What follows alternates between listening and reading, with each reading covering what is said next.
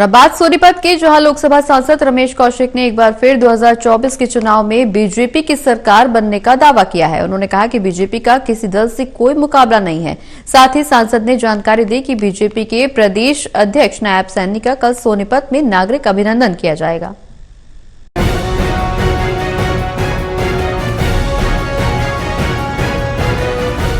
– 2024 के चुनाव को लेकर भारतीय जनता पार्टी पूरी तरह से तैयार है, क्योंकि चाहे केंद्र सरकार हो या फिर हरियाणा में मनोहर सरकार, सबसे ज्यादा विकास के कार्य बीजेपी सरकार के शासन में हुए हैं।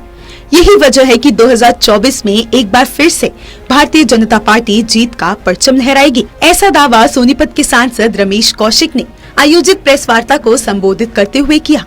सोनीपत से सांसद रमेश कौशिक ने कहा कि चाहे सड़कों का काम हो, रेलवे लाइन का काम हो, रेल कोच फैक्ट्री की बात हो या फिर प्रदेश में और देश में जितने विकास कार्य बीजेपी ने किए, उतने किसी सरकार ने नहीं किए हैं।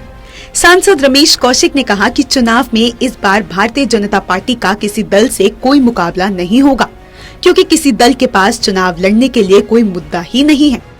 हम तो लगातार चुनाव घरों में लोकसभा चुनाव ही लड़ूंगा और उसी के लिए लगे हुए हैं, उसी लिए काम कर रहे हैं। और मैं कहता हूँ कोई मेंबर पार्लियामेंट का कोई काम बचाओ, मैं जिम्मेवार हूँ। आज जितने नेशनल हाईवे, जितने रेलवे का काम हमारे क्षेत्र में हुआ, शायद किसी होगा। आज रेलवे स्टेशन है सोनीपत का, मॉडर्न रेलवे स्टेशन हम बना रहे हैं, गन्नौर का बना रहे हैं और जींद का, तीनों रेलवे स्टेशनों में मॉडर्न किया।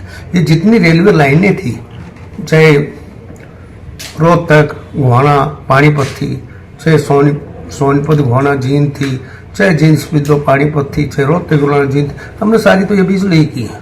विद्युतीकरण का काम कई हजार करोड़ रुपए का काम ये हुआ है।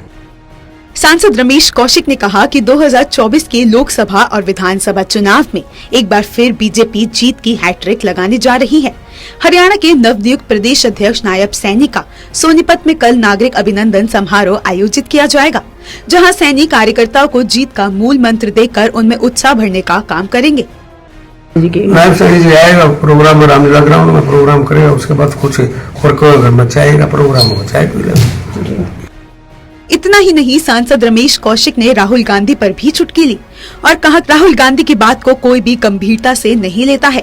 आज कांग्रेस का बंटाधार हो चुका है और कांग्रेस का वजूद खत्म हो चुका है। बातों को ज्यादा सीरियस नहीं लेते और पता नहीं क्या बोल जाके। और मैं कहना चाहता हूँ आदमियों को ऐसी बातें नहीं करनी चाहिए जो बात किसी को भी अच्छी ना लगे। और इसी वजह से तो ये हाल हो रहा है कांग्रेस का, जो दुर्गति हो रही है वो इसी वजह से हो रही है। अब इधर उधर के बयान देना, प्रधानमंत्री के बारे में कुछ भी करना। आज प्रधानमंत्री इस देश का नहीं, दुनिया का नेता है। बहरहाल चुनाव को लेकर राजनीतिक दल अपनी जीत का दावा कर रहे हैं, लेकिन यह तो 2024 के चुनाव दंगल में ही साफ हो पाएगा कि जीत का सेहरा जनता किसके सर बांधेगी। सोनीपत से कविता शर्मा की रिपोर्ट।